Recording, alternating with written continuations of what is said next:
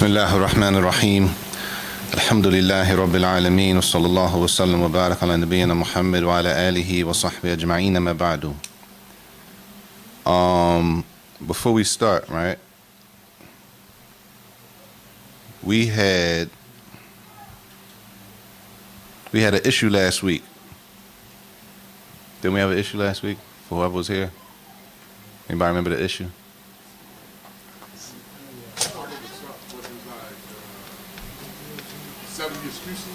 Yeah, yes. The hadith about, the 70 excuses for your brother. You got it? You got it? It's naive or fabricated, the hadith. Okay.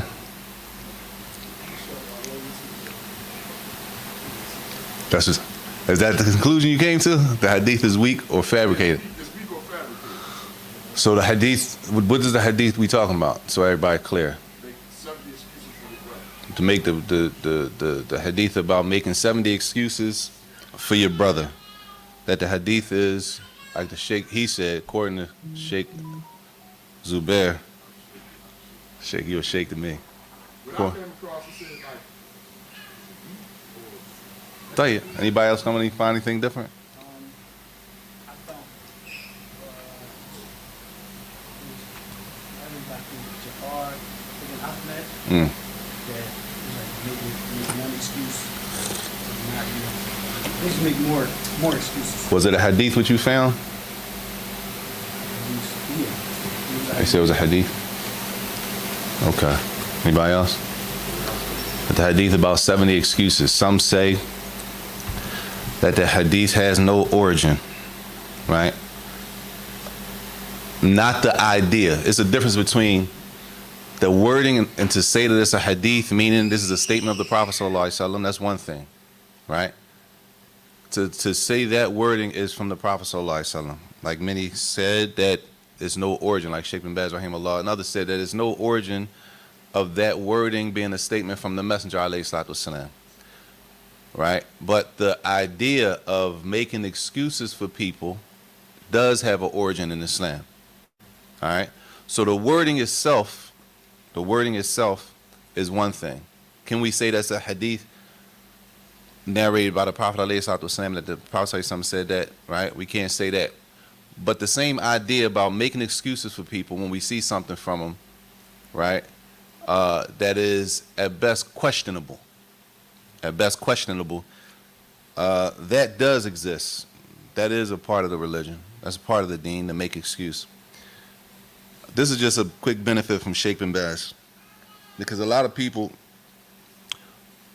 who answer or refer to this, they refer to the same fatwa, Sheikh bin Baz rahimahullah. He said there's no origin. La a'lamu lahu aslan. This is important. He said, Sheikh bin Baz rahimahullah, he said, I don't know that statement has any origin to be connected, that it's a statement of the Prophet ﷺ. Right? He says, وَالْمَشْرُوعْ لِلْمُؤْمِنِ. But what is legislated for the Muslims, for the believers, أَنْ يَحْتَرِمْ أَخَاهُ إِذَا اعْتَذَرَ إِلَيْهِ, that the Muslims respect and honor each other, right? If they come to him, if they have an excuse, وَيَقْبَلْ, and they accept the excuse, إِذَا أَمْكَنَ ذَلِكَ. You accept the excuse of the person as long as there's a possibility that could have happened. All right, we're not talking about something that's way out there. There's no way that could have happened, right? Somebody could have understood it like that. That could have went like that. It's possible somebody, maybe you didn't understand it like that. You wouldn't understand. Is it possible somebody can understand it like that? It's possible. That we give each other that. Right? Allah Akbar. That we give each other that. He said after that, وَيُحْسِنْ بِهِ الظَّنِّ, and that you have good thoughts. حَيْثُ أَمْكَنَ ذَلِكَ. That we have good thoughts about each other, as long as it's a possibility and there's room for that in that situation. Right? حِرْصًا عَلَى سَلَامَةِ الْقُلُوبِ مِنَ الْبَغْضَاءِ. And why do we do that? So that we can protect our hearts from having hatred towards one another. How does that happen? Somebody does something, it's questionable to you. You don't know what they're doing. Or they say something that's questionable. Right? At the least, what? It's still from deen to do what? Make excuse for the brother, maybe, or the sister. Maybe it's something that they're doing I don't know about. Maybe something else is going on. Right? Maybe they didn't mean it the way it looks like to me. I wouldn't have said it like that. I wouldn't have did that right here. Cool. Maybe it's something else. Maybe there's an excuse, right? He said when you do that, that protects the hearts from building hatred towards one another. Right? He said, and also وَرَغْبَةً فِي جَمْعِ الْكَلِمَةِ وَتَعَاوُنْ عَلَى الْخَيْرِ. And it also is a way to bring about unity. And that we come together based on khair, based on goodness, right? Based on deen. That we come together based on things that are from the religion, things that are beneficial. And then he mentions a narration from Umar radiallahu anhu. That Umar ibn al-Khattab radiallahu anhu said, لا تظن بكلمة صدرت من أخيك شرا وأنت تجد لها في الخير محملا. This is the statement of Umar ibn al-Khattab. Right? Umar is from who? Huh? 10 Promised Paradise. Who else? Huh? One of the 4 Khalifas. Who else? From who?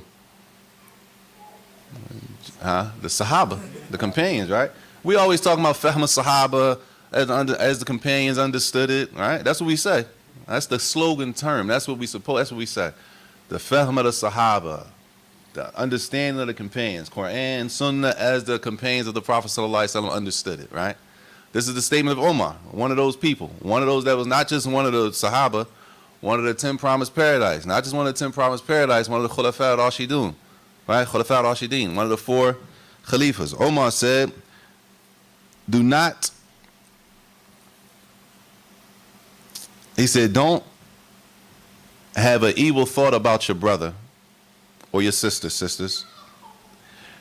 And at the same time, they say something, don't carry it on the worst way you can carry it, when it's possible for you to find a good way to understand it. Don't interpret it in the worst way when it's possible for you to interpret it in a good way. Right? And sometimes, y'all, sometimes you might not be able to find it. And in that case, you might have to go to somebody else and say, listen, what you think about this statement? You don't have to tell them such and such was saying this and this one said that, because that might already put somebody on the defense. If you go to a person and say, such and such said this, maybe he got a problem with them already. So he already going to have feel some type way about it. You don't got to say who said it. How could you understand this statement? This is what I understood. What you understand? They might say, well, no, you can understand it like this. Oh, all right. Maybe. Maybe you didn't think about that. You don't have to go to the sister and say, the sister that was at Jumu'ah Friday, and everybody already had a problem with her. Y'all had a problem with her already. Then you're going to bring it up. Nobody's going to agree with that anyway. You don't got to say who it is. All we trying to get is a statement. Is it possible that statement has we could put a better twist on it? If it's possible, like Umar ibn Khattab said, radiallahu anh, that we should put the better twist on it, if it's a possibility to do that. We're not talking about making excuses for people who doing the clear haram, and then we're not talking about that. We're talking about things that are questionable at best. That look funny to me. I don't know if that's right. And if we don't know 100%, then it's possible that the other 50% is the part we don't know is why they're doing it. Tayyib. Last week we did the commanding the good and forbidding the evil. Of course, this is from the end of Al-Aqidah Wasatiyya by Shaykh al-Islam Taymiyyah rahimahullah. And of course, that book is a book of what? In Aqidah, right? It's a book about how the belief of Ahl Sunnah wal Jama'ah. the belief of the people who follow the sunnah of the Messenger, alayhi salatu wasalam, and how they believe in Allah and Allah's names and attributes. The whole book is about that. And at the end, he has a section, and he specifies, and he keeps saying, wahum, hum, meaning Ahl Sunnah wal Jama'ah. The people who say they follow the Sunnah of the Prophet ﷺ, this is the way that they carry themselves and conduct themselves. And these are the reasons why they do it. Right? So the first part that we did last week was about, anybody remember? Huh?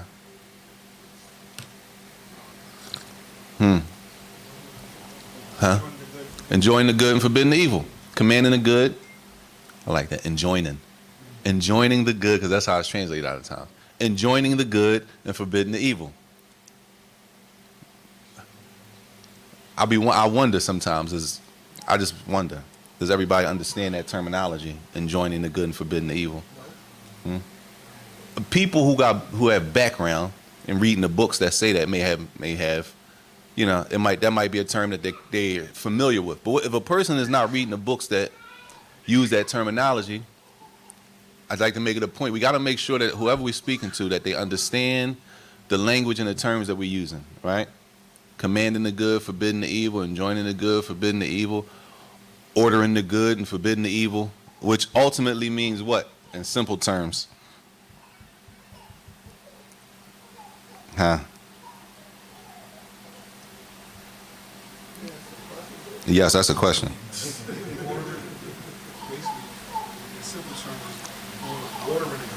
Ordering the good. What does that mean? All of Allah subhanahu wa ta'ala command you to abstain from what he commanded you to stay away from. Say it again, Sheikh. To call the people to good and the sunnah, and to abstain from what Allah and his messenger Jade. command you to stay away And from. I'm going to stick on one word. What do we mean when we say to call the people? To inform. To To inform. inform the people, to encourage the people, To warn. to warn the people, to tell the people what Allah said do when the Prophet said do, what Allah said don't do when the Prophet said don't do. Just to make sure we clear, because a person might hear enjoin and shut you off and just be like, oh, all right, enjoin, mashallah. You know how we are. We might not, they might not say, well, what you mean by enjoin? A person might not say that if they don't know the word. We assuming people know the words, and it's possible we can go over their head with things. Tayyib. He said after that, and he's talking about Ahl Sunnah. He says, Rahimahullah, Shaykh al-Islam Taymiyyah, وَيَدِينُونَ بِالنَّصِيحَ لِلْأُمَّةِ. And this is the next description that he gives about Ahl Sunnah wal Jama'ah. There's some to get to. That these people, يَدِينُونَ يَعْتَقِدُونَ, that they, يَتَعَبَّدُونَ, that these people worship Allah by, to them is worship, to do what? Giving advice to one another, to Ahl Sunnah wal Jama'ah, is worship. They worship Allah by advising one another. Everybody with me? That's part of deen. Part of our religion, deen, is to, we say, advise one another, right? Or what's another word, or how can we say it other than advise one another? Counsel one another. Jade. Or what else? This is part of deen. Ahl Sunnah, people of the Sunnah, it's from their deen. They do this, they advise one another because it's deen to them. They're worshiping Allah based on, okay, I see a brother or a sister doing something wrong. This is ibadah now. Now this is worship. This is something, I'm going to do this, and if it's worship, I'm doing it to get closer to Allah. Right? Huh? Dawah? I forgot the question myself, Sheikh. What was the question? Oh, advise. Yeah. Counsel. Advise, counsel one another. Or what? Huh? Admonish, maybe. Admonish. Or inform one another. You sit down, go all the way to the language that the people, if you was on the corner or if you was around the way, the people that you talk to, what would you tell them? Check them. I might have to check you. I might have to pull your coat on something. Let me pull your coat on. That's deen to us. Not that we doing it rude, not that we screaming at nobody, but you see somebody's doing something that's potentially harmful to their life in this life and the hereafter, right? That, as we say, let me pull your coat. You pull them to the side. Let me talk to you. Check is a little, if I don't check you, that means I might be a little aggressive. We don't want to be too aggressive. It's a time for aggression, but, usually when we say I had to check him, that means I had to really, I had to get a little aggressive with him. That might not be the time. That might not be the time for aggression. Point being, the statement is that the people of the Sunnah, Ahl Sunnah wal Jama'ah, to them it is worship that they advise one another, that they counsel one another, that they pull each other's coat, that they, all of that, right? That's from deen to them. So when we do that, we're doing it because we see it's going to help us get closer to Allah, right? Salat is worship. Fasting Ramadan is worship. Giving sadaqah is worship. Praying Jummah is worship. Dua is worship. Making the dhikr after salat is worship. And also, advising your brother or your sister is worship to Ahl Sunnah, right? He says, and this is the explanation. Of course, I'm reading from the explanation of Sheikh Uthaymeen rahimahullah. He says, يَتَعَبَّدُونَ لِلَّهِ عَزَّ وَجَلْ بِالنَّصِيحَةِ لِلْأُمَّةِ, that they worship Allah by giving advice to not just a certain people, any of the Muslims, anybody, right? وَيَعْتَقِدُونَ ذَلِكَ دِينًا, they believe that that's deen, and when we advise each other is deen, and that's what we're doing it for. We're not doing it to grandstand on nobody, make nobody look bad. I want to show you I know more than you, right? I want to show you your Arabic is not really like that. You know what I'm saying? We're not doing it for that. That should not be the reason. And if it is, then that means we have a what? And what? What is it? If we're doing something to showing off, which is a lack of what? Sincerity. It's a lack of sincerity. This worship. If it's worship, all worship has to meet two requirements. That a person has to be sincere. That they only doing it because they know their reward is with Allah. And number two, it has to be done according to the teachings of the Prophet sallallahu alaihi wasallam, right? Tayyib. He says after that, and he also mentions another hadith, that some of the Sahaba, they took bay'ah to the Prophet sallallahu alaihi wasallam, and in that narration it says, وَالنَّصْ لِكُلِّ Muslim, and to advise every Muslim. There's no restrictions put on it. Tayyib. What's the gauge to know if you're advising somebody and you really are sincere in doing it? Doing it privately? Okay, what do we have? Let me rephrase the question. What do we have from text? From the text to give us a gauge of when we are advising someone and we're sincere. I just want to see if anybody knows. And sometimes when the ulama do this kind of thing, sometimes it's from their benefit to be able to extract this. But sometimes, a lot of times, don't be thinking you. Sometimes we're thinking along the same lines as the scholar, which is good for us, right?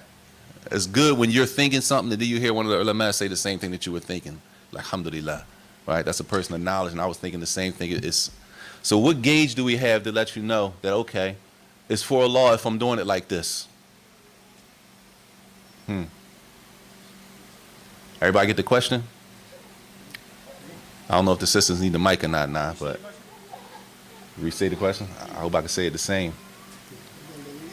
I don't know. What's the gauge? If we're saying that advising one another is worship, right? What do we have from text? What's the gauge to show us that we're doing it and when we're advising one another and counseling one another and trying to help one another? How do I know if I'm doing it sincerely? How do I know if I'm sincere when I'm doing it? What do I have from text to let me know, okay, I'm sincerely doing it if I do it like this, but if I'm not? Fadlan. Speaking to him? Quietly? Oh, kindly. Yes.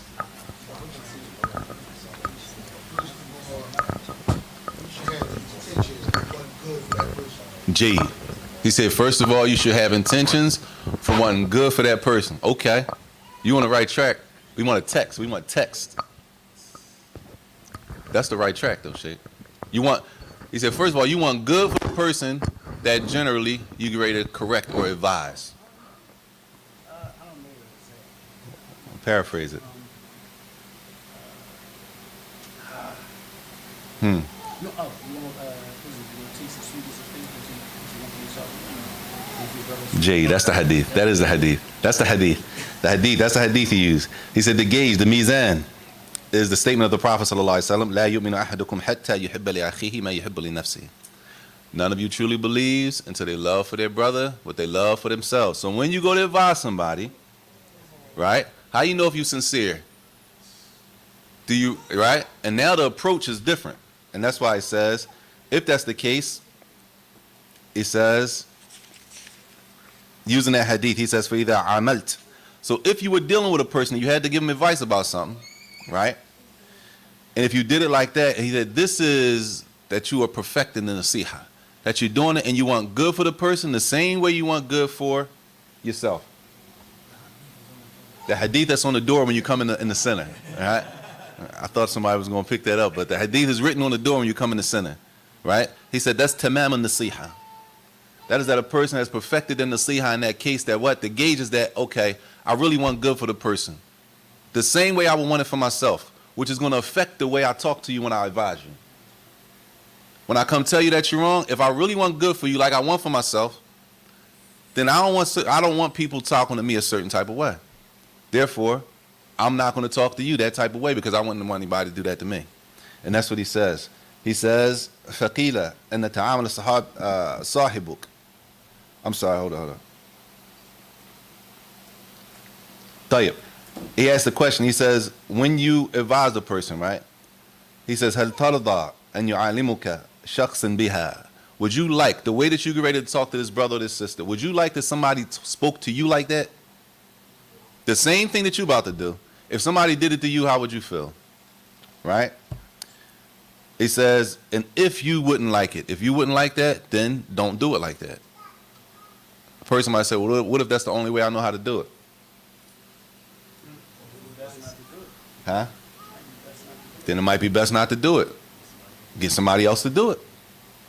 If you're not, as we say, because some of us are not as articulate as others. Some of us are not as polished as others. Some of us are not really wordy like that. And the person you're talking to, you may need to be wordy with them. You may need to be articulate. And if you can't articulate what you're trying to say, it might be better not to say it because you could cause a bigger problem, right? And if that's the case, it's no pressure. You get somebody who you think is better that might be able to do the job. You won't have to leave each other out there like, man, I couldn't say nothing, so I'll just let him. No, try to get somebody else that might be able to do the job better. Tayyib. Shaykh al-Islam rahimahullah, on the next section, he says, وَيَعْتَقِدُونَ مَعْنَ قَوْلِهِ صَلَّى اللَّهُ عَلَيْهِ وَسَلَّمَ. In whom? In they. Who are they? Ahl Sunnah wal Jama'ah. Every time he says يَعْتَقِدُونَ, he's referring back to Ahl Sunnah. Ahl Sunnah wal Jama'ah. They believe in the statement of the Prophet sallallahu alaihi wasallam. Al-mu'minu lil-mu'min kal-bunyan marsus.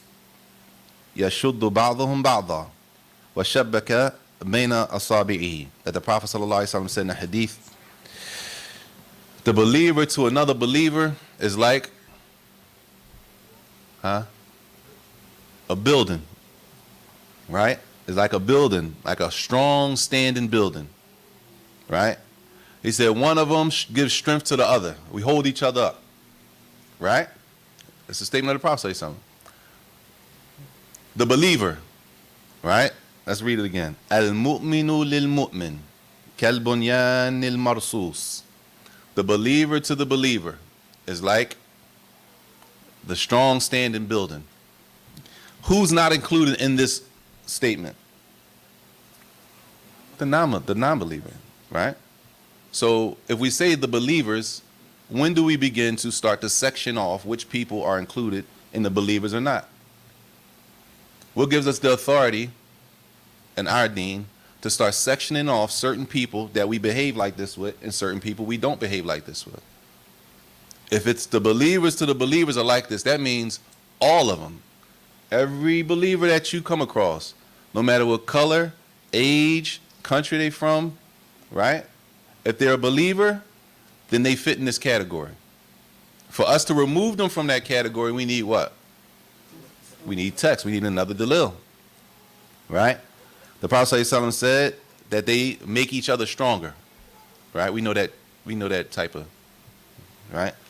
And then, as they say, he emphasized, the Prophet ﷺ, he emphasized the fact that we hold each other up and we help each other by putting his fingers together, right? Because the fingers apart, as it means, it shows weakness. They're stronger together than apart, right? And that's how the Prophet ﷺ, as the narration says, then he put his fingers together like that. Tayyib. Him putting his fingers together, as they say, was a sign to show emphasis on the fact that they're the get together. He already said they're together, right? And then he showed, to show emphasis, he put his hands together to show emphasis on being together. So the origin is that the Muslims are together. That's the asl. The origin is that the Muslims are supposed to be together, united, right? Or is the origin that the Muslims are separated? Huh? What's the origin? Together. Are there times that the Muslims separate? There are times, right? That's the exception that we spoke about after, well, that was after last class. After last class, we spoke about living by the rule and living by the exception, right? The rule, as Allah told us in the Quran, وَاعْتَصِمُوا بِحَبْلِ اللَّهِ جَمِيعًا. All of you hold on to the rope of Allah. And Allah said, and don't divide. That's the origin, not to divide. In order for us to divide, there has to be a reason Islamically legislated for us to divide. Right? Color is not a reason. Neighborhoods is not a reason. Right? Differing over what two sheikhs said about something is not a reason. Two sheikhs say something, you take the statement of one sheikh, I take the statement of another sheikh. That's not a reason for us to divide, generally. And of course, you have to look at the issue. Everything has to do with the issue that we're talking about. And generally, I'm talking about issues that we dealing with a lot of times. Tayyib. He said that Ahl Sunnah wal Jama'ah, they believe in that statement of the Prophet sallallahu alaihi wasallam. Tayyib. This is Sayyid Shaykh Uthaymeen rahimahullah. He mentions two things now. Two things. Let's see if we know it. It's one thing to believe it. That's one thing, right? But it's another thing to do what? Implement it and practice it. That's one thing. One thing to believe it, but it's something different, totally different to do it. That's different. It's not the same. A person could believe something and never do it. Yes, I'm sorry. This is the Aqidah Wasatiyah. Shaykh Uthaymeen's explanation. Aqidah Wasatiyah is by who? The author is Shaykh al-Islam ibn Taymiyyah rahimahullah, and Shaykh Uthaymeen rahimahullah is explaining the book. Tayyib. He says, Ahl Sunnah Jama'ah, they believe that hadith about being together. Number one, he says, for Ahl Sunnah wal Jama'ah, يَعْتَقِدُونَ هَذَا الْمَعْنَى. They believe in the meaning of the hadith. He says, وَيُطَبِّقُونَهُ عَمَلًا. And they implement it. Ahl Sunnah implement this. All of the believers are like brothers. Right? All of the believers are like brothers. In order for us to start removing people from that, removing that title from people, we need text. Okay? And these are basic rules, or basic, as it says, conduct, the conduct of the Muslims. There's a code of ethics that we're supposed to be living by, right? We spoke last week, but this was after class, about a lot of our problems come from men, women, parents, kids. A lot of our problems come from living our lives according to the exception and not living our lives according to the rule. We had a whole conversation about that, right? That a lot of us are living by the exception, and we're not living by the actual rule that Islam laid down in the Quran and the Sunnah of the Prophet sallallahu alaihi wasallam. So, for example, if we say, what's the Islamic rule? What's the hukum? What's the ruling?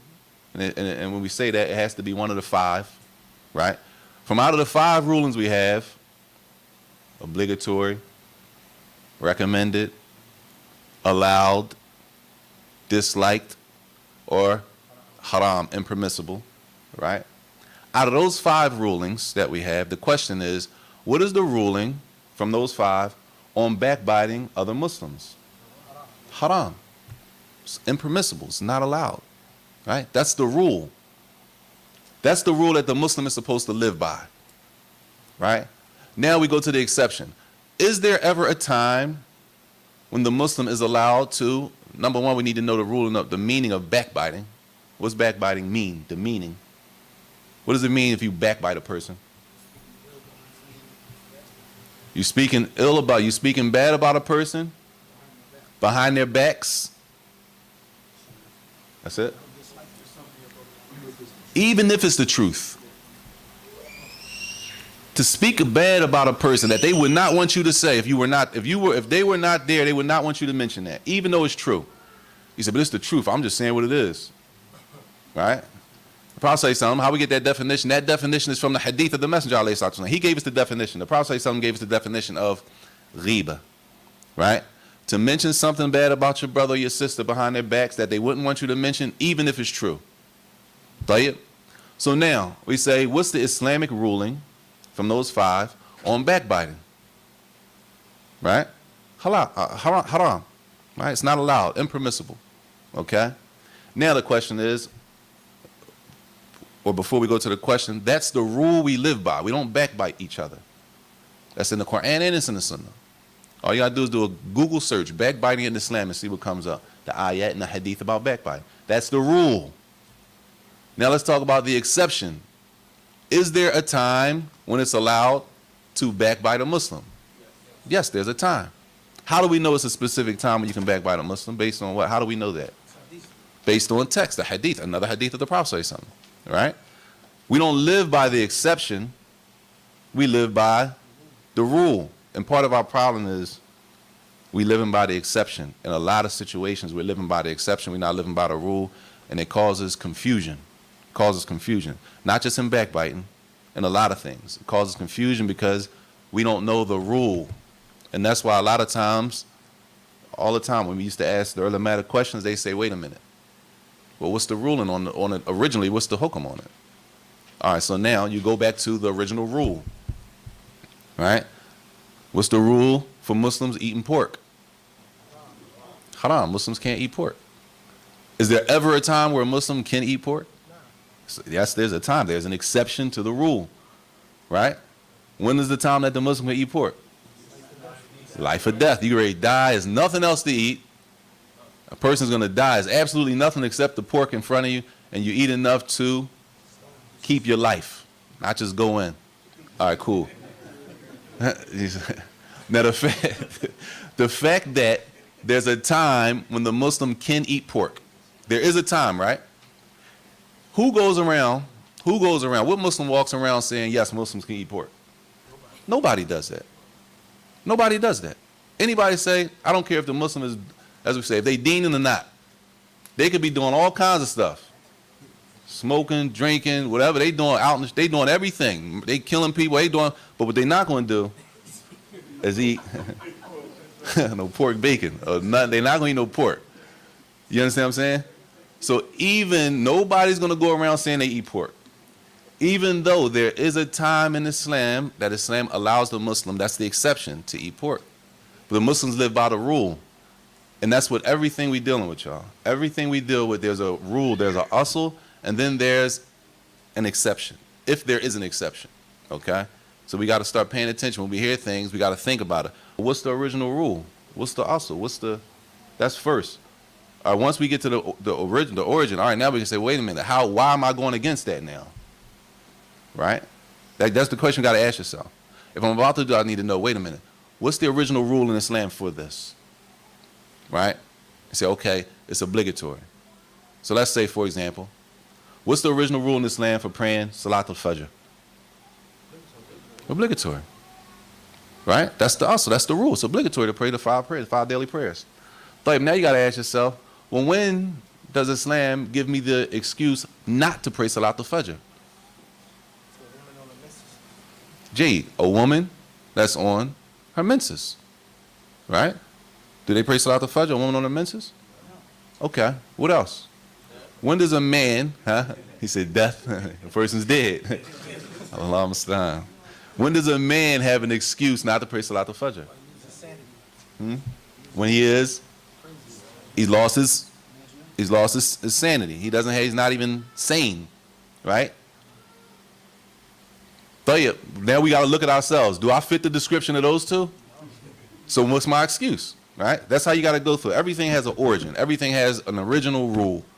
Before you start saying we can, we can't, what's the rule first? And then we start going through if there is an exception for you in that case. Because if we're sick, we still got to pray. If we're in the hospital, we got to pray. We can't get up. There's still a way that Islam allows us to pray. طيب.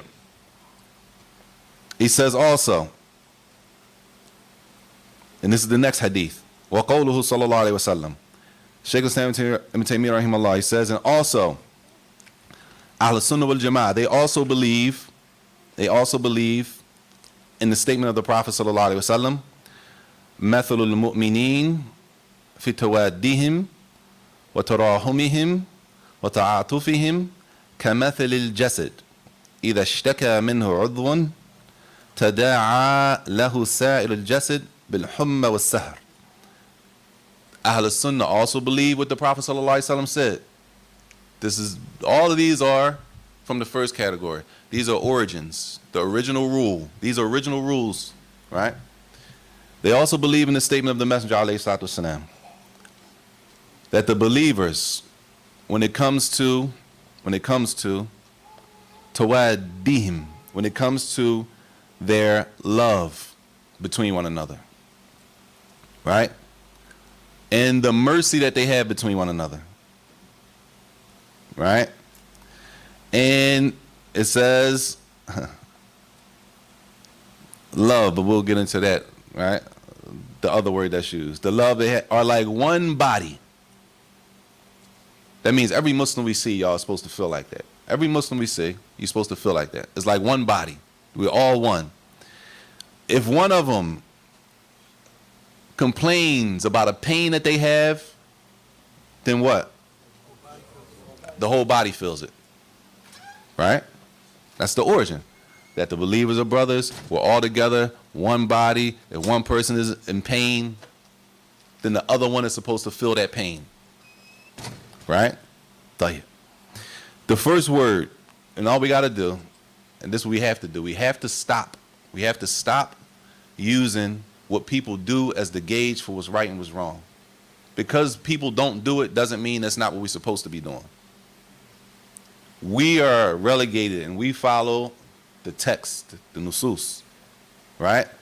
Because everybody's not doing it, we say, man, nobody, they don't do that here. Well, whose fault is that? That's their fault. They're not practicing the revelation. They're not practicing. That's on them. That doesn't mean what they're doing is right. So we got to get away from using people as the gauge. Well, these people, they on the sunnah. I don't never see them doing that. So what does that mean? Is it possible people of the sunnah, is it possible that as people of the sunnah don't practice some things from the sunnah? It's possible. Right? So that, right, they might not even know. Some things they might not even know. It doesn't mean they're not people of the sunnah, but it doesn't mean they know everything, and it doesn't mean they do everything and totally correct. Right? Tayyib. So the Prophet said, number one, the believers, when it comes to tawaddihim, al-muwaddah, and if you look it up, and I'm going to read these words on purpose. If you look up this word in the dictionary, it says the Muslims between each other. They're like one body when it comes to love of the other person. Love your brother and loving your sister. Or that word could be translated as friendliness. Ain't talking about what we do here in Philly and our attitude. We're talking about what we're supposed to be doing. The friendliness between the Muslims. Right? Or the word could be translated as the affection that the Muslims have between each other. All this is like one body. Right? Or it could be translated as the intimacy. That's how soft we're supposed to be with each other. I don't know what he doing, she doing, why they do like, I don't know about any of that. I know this. This is what I do now. This is what we're supposed to be doing. Okay? And this is what we want to try to do. If the people in the area that we are in don't do it, it's not for us to follow the people and leave off the revelation, the text. Right? It's for us to follow the text. And in that case, when nobody's doing something and maybe you're the only one doing it, that means you look what? Strange. And didn't the Prophet ﷺ tell us that Islam came as something strange and it's going to end as something strange? So, glad tidings to the strangers. May Allah make us from the strangers. I mean, glad tidings is what? Hope, huh? Good news. Good news. Tayyib. That's another hadith, but either way, the Prophet ﷺ said Islam came as something strange. So we might be doing something.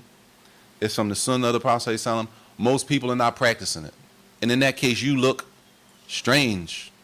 You look like the person who's, as we, in our terms, you must not be on it. Because I don't see nobody who practices the Sunnah doing that. So in our terms, a person could be practicing the Sunnah that people is not familiar to people, or people are just not practicing it. And the one that is practicing it, following the hadith of the Prophet ﷺ, they look strange. And then all of the people who are not following the Messenger ﷺ in that issue are going to say about the person who is following the Prophet ﷺ that they're not on it. Well, terms now, they weird, they shot out, it's goofy. All of the terms that we come up with for a person who in reality may be following the Sunnah of the Messenger ﷺ. That's the first thing he said. Then he said, وَتَرَاهُمِهِمْ, their mercy between each other. All of this is what, y'all? This is the official rule, the official code that we're supposed to live by with each other. What we doing, what we've been doing, all that's, we're not talking about that. This is the official code. Based on what?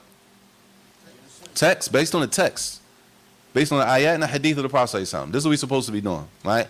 The mercy that they have between one another makes them like one body.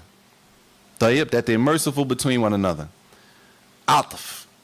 Also, that they're gentle. They're gentle and soft with one another, right? Which some of these terms, honestly, some of these terms for some of us, some of these terms, soft, gentle, merciful. Some of us are scared to be like this. Some of us are scared because we think we're going to lose points. We're going to lose stripes. It's going to take from my reputation if I'm soft, if I let that ride. If I let that slide, I'm not known to let anything slide. Right? So if I let that ride, what is that going to do to my reputation? Some of us are scared. That's why I say all the time, you can't be scared to do what's right. Right? Well, doing what's right comes with a price. And that price may be criticism. Well, in our time, that price may be they might unfollow you. They might block you from their page because people take that stuff serious now. They might block you from their page. They unfollowed me. You might get unfollowed for following the revelation, the text. They might really unfollow you. They might remove you from a group chat. People take this stuff, stuff really bothers people. You remove me from the group chat. They block me. They kick me out the group. And that really bothers people. But you got to look at yourself. What did you do wrong? That got to be a question. What am I doing wrong? Am I doing something that's not pleasing to Allah? What am I doing? What did I just do that caused a person to react like that? Did I do something that wasn't pleasing to Allah? If I did, then I need to seek Allah's forgiveness, make tawbah, right? Maybe apologize to the person if I did something that was displeasing to Allah. But if I'm doing what Allah commanded, was the Prophet ﷺ commanded, and the person has a problem with me following the text, that's their problem, right? And that's the type of time we live in. We live in a time where those are the type of repercussions a lot of us face. We're not really facing anything more than that. And the person they're not going to follow you on whatever platform it is. They're going to remove themselves they're going to remove you from the group chat. Yes, Sheikh.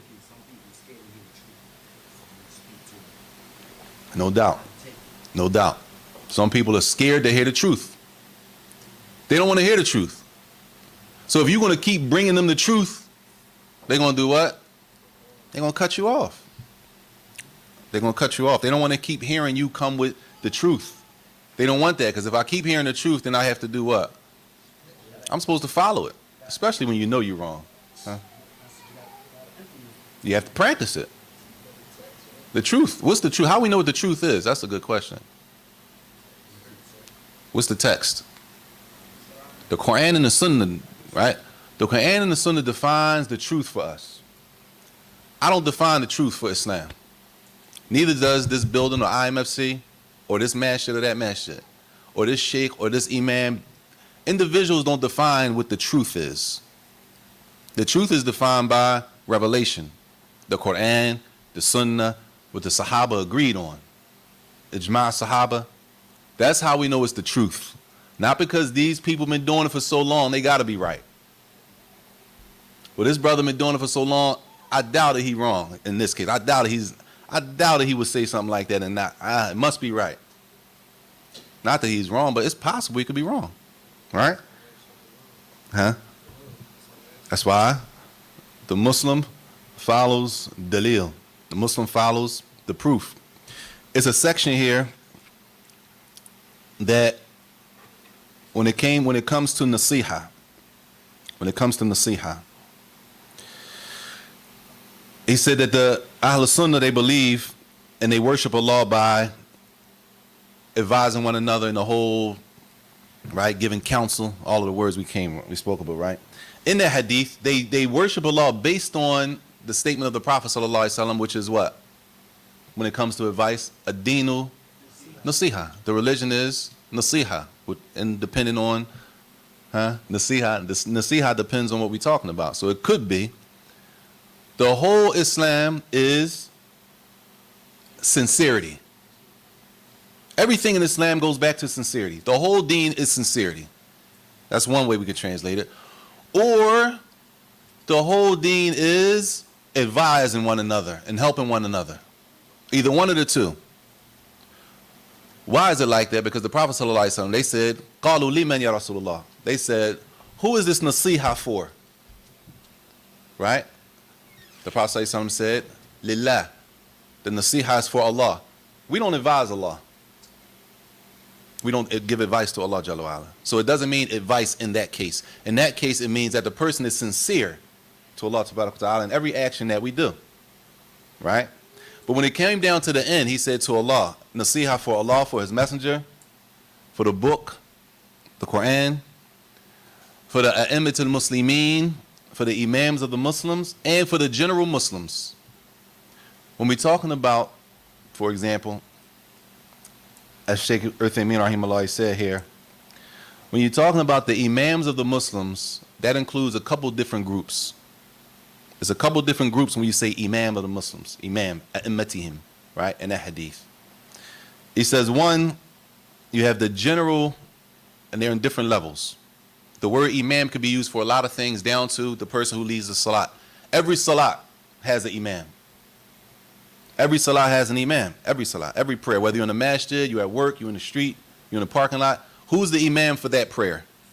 So imam holds a couple different levels. The highest level is that the imam of, for example, they call it the Ra'is ad-Dawla, the imam of a country, right? Which is called today what? Like a president, right? In the Muslim world, they have the imam of the country. That can the imam of the country, can he make a mistake? Because he's the president, right, of a country, does that mean he can't do anything wrong? It doesn't mean that. So it's possible that that imam needs advice. It's possible, right? That's one level. He said, or it could be referred to the imam of a region. So break it down in our terms, the mayor of a city, right? He might just be over this state. He's over this city. Right? In that case, he's the imam of that area. He might make a mistake. He might need to be advised. Right? He says after that, وَأَئِمَّةُ الْمَسَاجِدِ, the imam of the masjid. The imam of the masjid could make a mistake. Just because the imam of the masjid, he's been the imam for 20 years and 30 years, he went overseas, he did all this, he did all that, that doesn't mean he can't make a mistake. He taught that book plenty of times. Doesn't mean he can't make a mistake. People greater than that imam made mistakes from the Salaf. People with way more knowledge than the people that we, the imams in our masjids, people with way more knowledge than them made mistakes. So it doesn't mean that the imam of a masjid can't make a mistake. So he says that even the imams of the masjid need are from the people or from the imams who need nasiha. Tayyib. He says from the greatest groups of the imams is the ulama, the imams, the scholars of Islam. They are also considered in the group of being imams. That the scholar might need what? Advice. But we got to go back. We got to go back. I'm not trying to be funny. I'm serious. Are scholars human beings? Tayyib. Scholars are human beings. Did Allah raise the scholar and gave the scholar a high status in Islam? Yes. Why did Allah, and how do we know Allah raised the scholar and gave him a high status, the scholar a high status in our deen? The text. What text?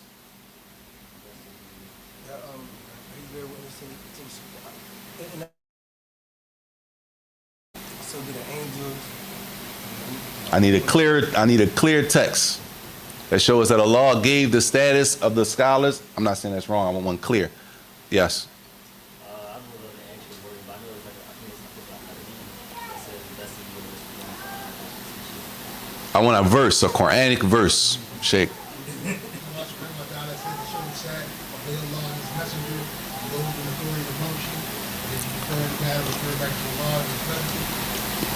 Clear text, Sheikh. You don't know, ask those who know. Clear text that Allah did what? Allah gave the status of the scholar a high status in Islam, above others. Don't mean that you get to look down on people and, you gotta know this verse, huh?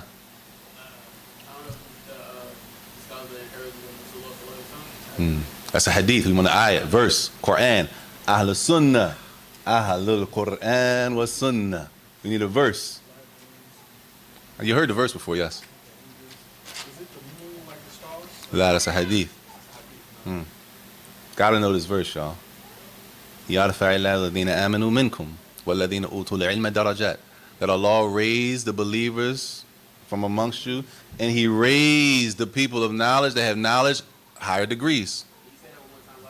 يَرْفَعِ اللَّهُ الَّذِينَ آمَنُوا مِنْكُمْ وَالَّذِينَ أُوتُوا الْعِلْمَ دَرَجَاتٍ.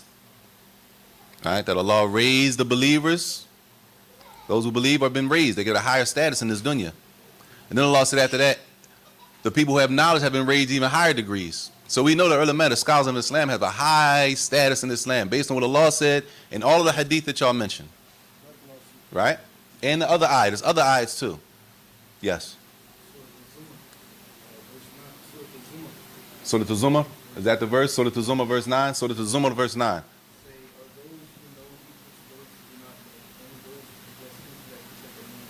Jade. That's another one. Do those who know, what does it say? Jade. Are those who know equal to the ones who don't know? And this other ayat like that. I only use that verse because it mentioned Allah raising them. Tayyib. You gotta look it up. That's Zumar. That's another one, Zumar. Tayyib. The scholars are human beings, but Allah raised them and gave them status. And even with that status, are they perfect? How we know they're not perfect? What's the hadith? When a scholar gets something right, he gets 2 rewards from making a mistake. One reward. Jade, the hadith of the Prophet ﷺ, that the mujtahid, which is a high level of scholarship, that high level scholar, when he tries to get to an answer, the Prophet ﷺ said, if he gets the answer right, he gets what? 2 rewards. But if he gets the answer wrong, he gets 1 reward, which means he can be wrong. Right? The scholar can be wrong. What's another clear proof that if a scholar is a human, it's possible that the scholar makes a mistake, because Shaykh Uthaymeen rahimahullah is saying that even the scholar is going to need nasiha. Even the scholar needs to be advised. Yes. The Prophet ﷺ said all of mankind do what? Make mistakes. Khata'un. Kullu bani Adam khata'un. Everybody makes a mistake. Nobody's perfect. But the best of you who make mistakes are those who repent. Tayyib. Knowing all of that, now Shaykh Uthaymeen rahimahullah is saying, okay, even the scholar falls under the imams, and even the scholar may need to be advised. They may need some help. Tayyib. Let's see how he explains the help they need. He says, وَالنَّصِيحَةُ لِلْعُلَمَاءِ الْمُسْلِمِينَ هِيَ نَشْرُ مَحَاسِنِهِمْ. You help the scholar by spreading the good that they do. That you spread the good that the scholars of Islam do, right? وَالْكَفْ عَنْ مَسَاوِئِهِمْ. And that you hold back and that you don't spread the mistakes that they make, right? He says, وَالْحِرْصُ عَلَى إِصَابَتِهِمَ الصَّوَابِ حَيْثْ يَرْشِدُهُمْ إِذَا أَخْطَأُوا. He's saying that the people are serious and very diligent about helping the scholar reach the correct answer, right? By guiding them to the correct answer. He says what? إِذَا أَخْطَأُوا. If they make a mistake. This is a scholar talking about scholars. It's not me. I'm nobody. For real. This Shaykh Uthaymeen is a scholar talking about other scholars. Because this is what's going to happen. We're going to leave off the usle of that what? The scholars are human. The scholars can make mistakes, right? They get rewarded even if they make a mistake. It's how some of us think. We're going to leave all of that off, right? And act as if a person of knowledge can't make a mistake. So we're going to go against all of those texts that we have, right? About human beings not being perfect, making a mistake, the scholar, if he makes a mistake, and we're going to say, yo, he's talking bad about the scholars. No, everything has to be put in its proper place, right? And that's why he said the scholars are from the people who may need to be advised. He said, if they make a mistake, then you need to guide them to what's correct. Well, who's going to be guiding a scholar to what's correct? Huh? Another scholar. So let me ask you this. If a scholar make a mistake right now, today,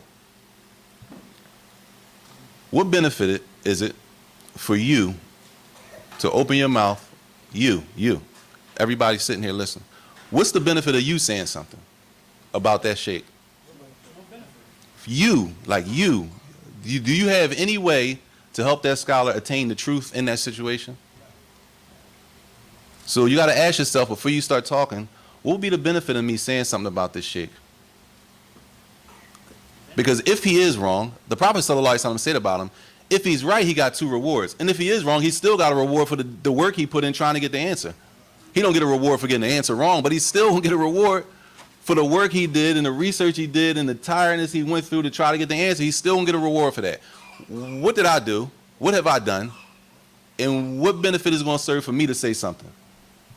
Right? That's what you got to ask yourself for you. He says, وَيُبَيِّنُ لَهُمْ الْخَطَأَ عَلَى الْوَجْهِ لَا يَخْدَشْ كَرَامَتِهِمْ. He said, and when the scholar is corrected, the person of knowledge is corrected, that from helping them in nasiha is that you clarify the mistake they made, while at the same time when you clarify the mistake, that you do not tarnish and disrespect their reputation. Because a person makes a mistake, it doesn't mean that they're not who they were yesterday. That's the extremism that we have. You made a mistake today, you must also, the past 20 years that I've known you being on the sunnah and doing everything right, you must have been hiding it for 20 years because you made a mistake. This is how far it goes. This is how far, right? When we have all of this text showing the reality of what we're supposed to be doing. Tayyib, he says, and you don't take from their status because they made a mistake. If we don't know, y'all, if we don't know, all you have to do is read through the books and the biographies of the Salaf and look at the people who made mistakes that we still quoting to this day. Right? Just look at the mistakes. There's plenty. And that's not to spread the mistakes. Anybody who gets in depth and studying, and you're going to come across scholars at the world, not just us in Philadelphia, the world, the Islamic world loves these people, and he made a mistake. Not just a little small mistake, a mistake in Aqidah. And everybody still reads his books. And everybody still explains the scholars still read his books. The scholar still explains his books that he wrote. Right? It says that when they are corrected, that is not to be that now we have to disrespect the sheikh. He's not a sheikh anymore. Because I've seen brothers, you've been following this sheikh for 20 years. Now when you call him, you don't even call him sheikh anymore. You just call him by his first name. So you've been Sheikh Idris to us for 20 years. Now he says something, he made a mistake, he just Idris and them. Allah musta'an. May Allah forgive us and protect us from going to extreme in any way, right or left. Because the sunnah of the Prophet ﷺ is moderate and is in the middle, is balanced. We don't want to go too far to the right or too far to the left. I'm using the example because that's where we are. That's what's going on. You got to make sure that it's clear. We're not just talking about, no, it's, you don't take from a person's status because they made a mistake. If that was the case, what's the first book that most people try to memorize of hadith? Huh? 40 hadith of who? Imam Nawawi. Everybody knows Imam Nawawi. The world knows Imam Nawawi. Right? Imam Nawawi had some issues. He made, as the ulama clarified, they didn't throw his whole book out the door. If you ask any scholar, what book of hadith should you start memorizing as a student of knowledge, everybody's going to say Arba'in Nawawi, 40 hadith. Even though Imam Nawawi rahimahullah has some issues, he made a mistake in an issue in Aqidah. And not just him, it's other people. Right? So it doesn't mean that it's disrespectful. It's not for me. It's not for you. It's for people who are at that level to correct the people at that level. And then it might be people on my level and your level that, okay, you need to talk to them. Because it's possible that it's two brothers sitting here or two sisters sitting next to each other, and there's a third sister that needs to be corrected. Okay? It's three sisters. Sister A, B, and C. Sister C needs to be corrected. She made a mistake.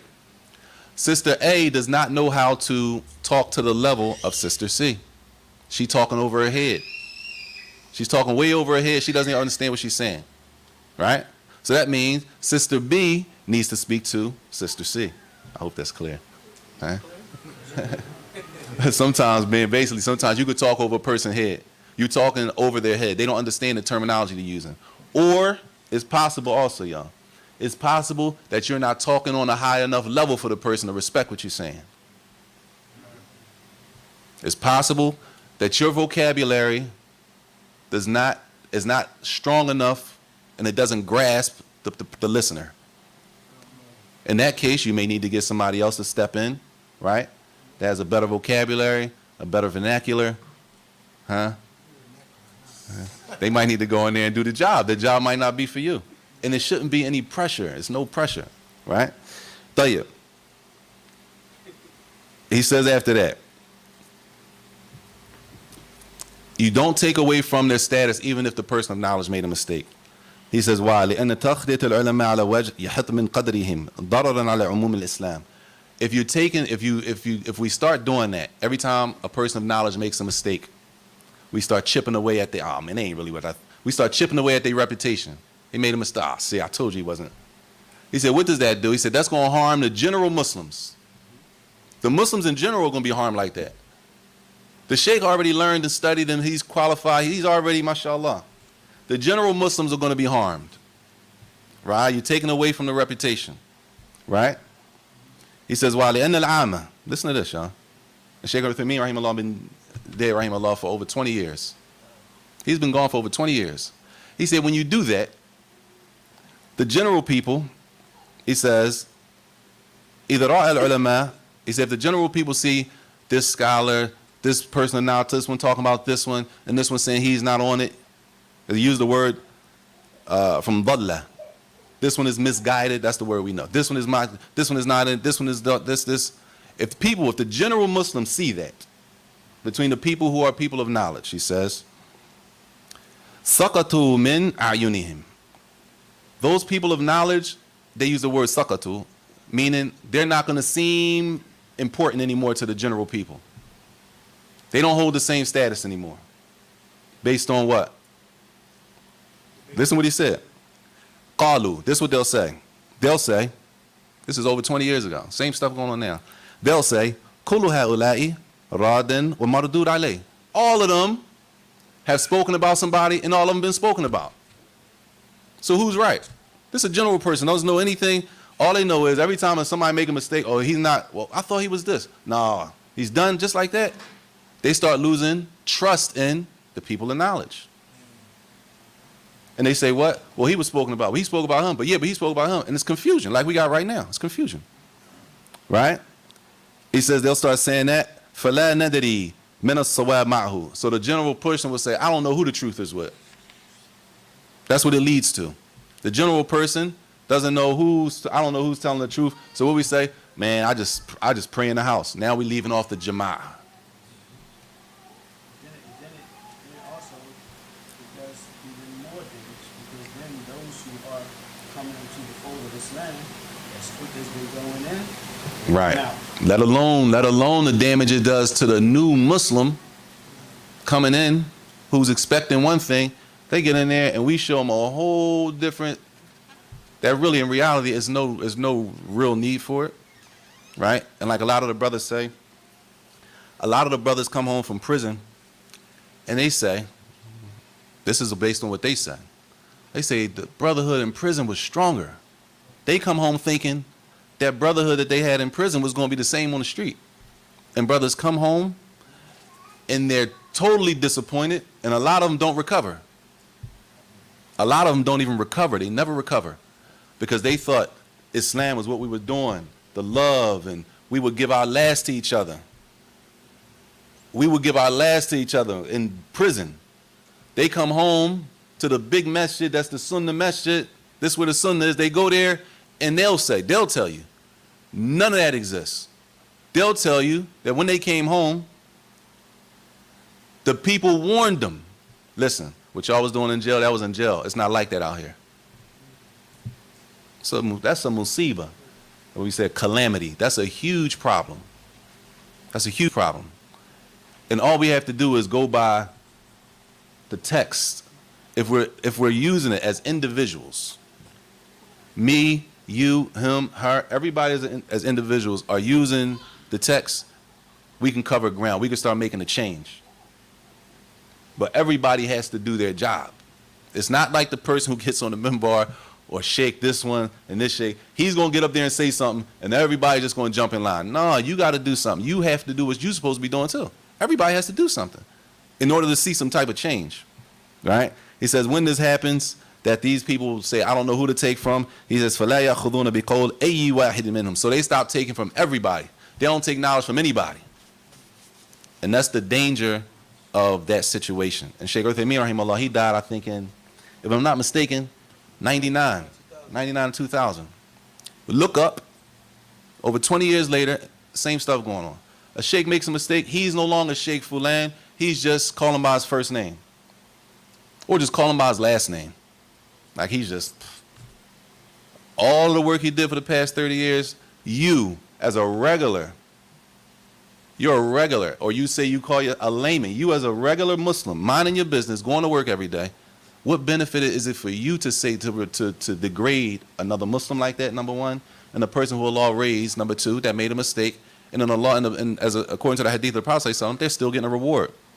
So it's for us to know our position, to stay and we live by the rule, not just with people of knowledge, but every Muslim.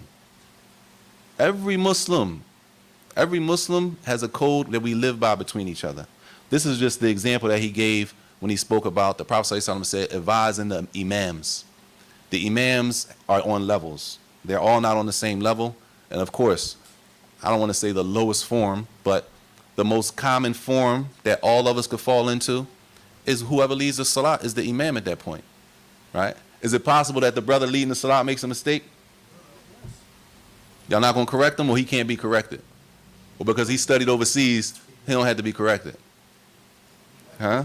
He could be corrected. He could be wrong. The imam here could be wrong. The imam that's the president of a country could be wrong, and everybody in between could make a mistake. That's the origin of human beings. We're not perfect, right? So we stick to the origin, right? A person can make a mistake, and if we make mistakes, and when we make mistakes, that it's a procedure we go through. It's a way that we deal with each other, that we're supposed to deal with each other when we make mistakes. I'm going to stop there, inshallah. Unless there's any questions, we can stop there, inshallah. Fadl.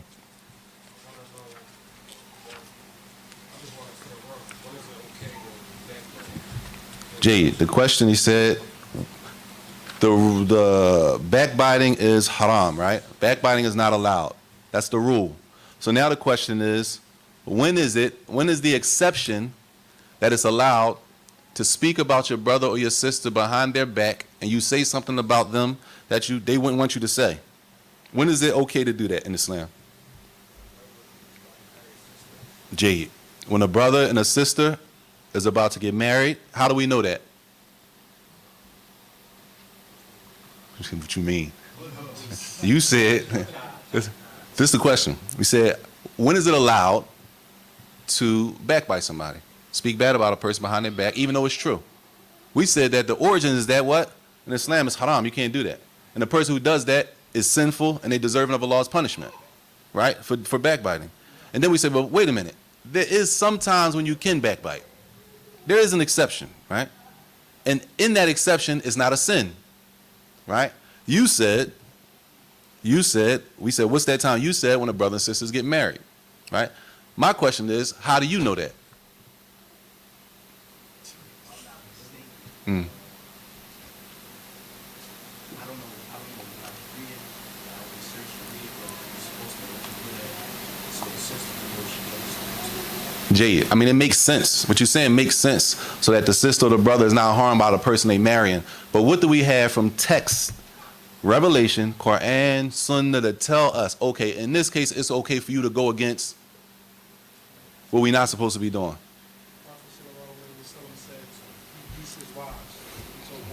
Jade, it's a hadith. A hadith. Another hadith of the Prophet ﷺ. A woman came to get married. He asked, who was she marrying? And he described, the Prophet ﷺ himself described the flaws that the man had. It was two men.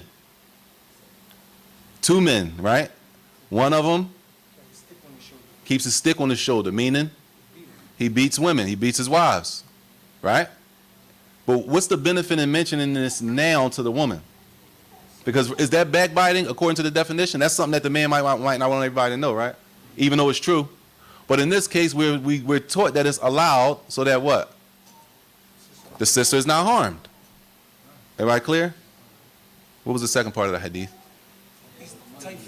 And the other man is stingy. He's not going to spend his money on you. So now the ulama take from that, okay, there is a time when it's allowed to, what we do as backbiting, and that is that the person that comes and asks you about something, some nasiha, you come, you say, listen, I'm going to go into business with such and such. You know the brother is known for not paying people. He doesn't work. His work ethic is not good. He shows up late. Or the sister. You know that. And then somebody come and ask you about him. At that point, you can't say, well, I ain't want to backbite the brother, so I just told him he was a good brother. No. In that case, you're supposed to clarify to the person so that the other Muslim is not harmed. Or partnership. They go into a partnership, right? Or it could be just like a hadith. Marriage. They get ready to get married. She wants to marry the brother. You know the brother doesn't have a job. All his money is from the street. I ain't want to backbite the brother, man. I knew. She mean backbite. So you're going to put the sister, he's a drug dealer, the sister Deanan, you're not going to say nothing. She's going to marry him, possibly ride down the street with her husband, get in the shootout. Like, how that make sense? Yes. So if that was to happen, right? Wouldn't that void the marriage? What? So saying like the Wali didn't get all the information that's for like the brothers of drug dealers. As far as he knows, the brother is upright brother, right? And now the sister marries him and she finds out that he's a drug dealer. Can't she get the marriage voided because it was a lie? It was a lie. He knows and he didn't tell her.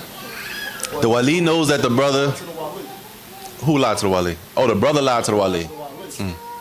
Yes. Not that it could be voided doesn't mean wake up and the marriage is over.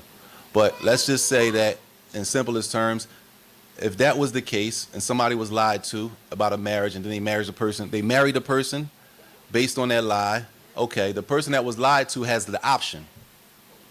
So she might not want to be married to the brother anymore. Or she might stay married to him. That's her option. It doesn't necessarily automatically cancel the marriage. I'm sorry, Father.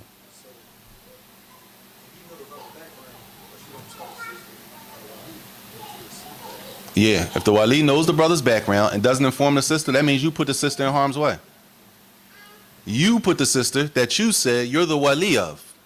That means you have a job before Allah. That's your job to protect her before Allah. That was your responsibility. You knew the brother was whatever it was. You didn't say anything. That means you put her in harm's way. That sin could be on the wali because the sister didn't know. And just like somebody else, you come to do business. You come to do business. I don't know the brother. I'm asking you. If I would have known he was a scam artist, I wouldn't have did business with him, right? But since you didn't say anything, it's not on me.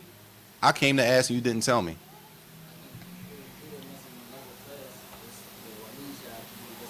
No doubt. Brothers. Right, that's the brother. That's the job of the wali. Brothers, if you don't know what you're doing as a wali, you should step down, or you should step up. Not step down. You should step up and learn what a wali is supposed to do. Because the job of wali is a serious job before Allah. You're responsible for those sisters that you say you're over. You're over. I'm over these sisters. Well, that's your job to investigate everybody they're marrying or intending to marry and make sure that they are worthy of marrying them. Yes.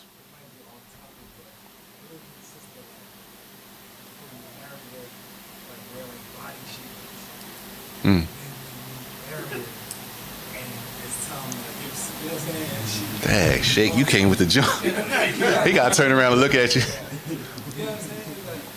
Man, that's for the marriage class, but yo, just for the sake of mentioning it, it is a sister, because we living in this time. And we living in the time, I ain't trying to be funny now. We living in the time of, not everybody, deception.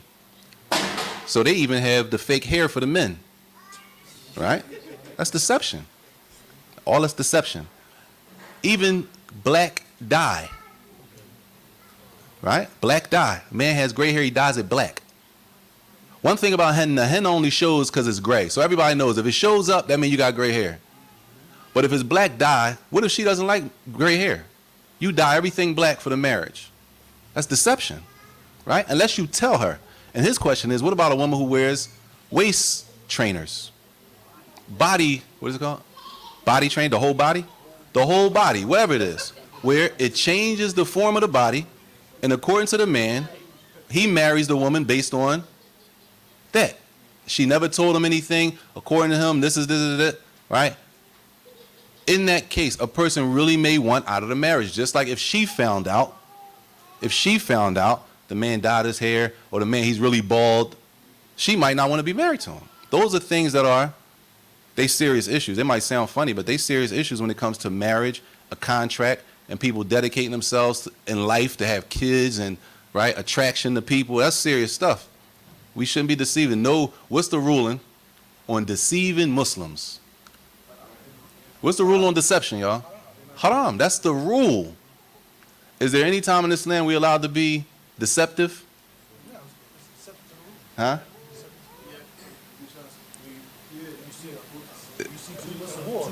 In war, right? But the rule is we don't deceive one another. We're not allowed to be deceptive. That's the rule. Yes, I'm sorry, Sheikh. Oh, the same one? Yeah. The exception is, right, for one, war. Times of war, war strategies. You have to deceive the person that you're going to war with. Not going to war in the streets, y'all. We talking about it's like real battle. We're not talking about street wars and, you know what I'm saying? We stop there. We got to pray. Fadl. Back to the top. Mm.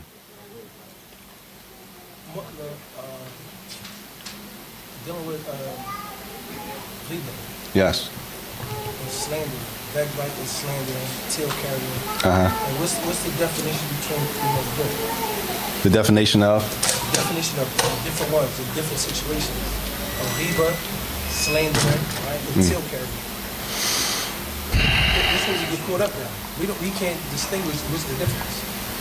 And what's the difference between? Let's start with that next class, inshallah. We'll start with the definition of riba, backbiting, the definition of slander, and the definition of tail carrying, namima. What's another word for tail carrying? Gossiping, spreading rumors, trouble, yeah, right? Instigating. Let's start off next class with the definition of those things and look at what's the Islamic rule, what's the law, what's the rule connected to those things, the origin, and then if there's a time for an exception, wa sallallahu wa sallam wa baraka nabiyina Muhammad wa ala alihi wa sahbihi wa sallam.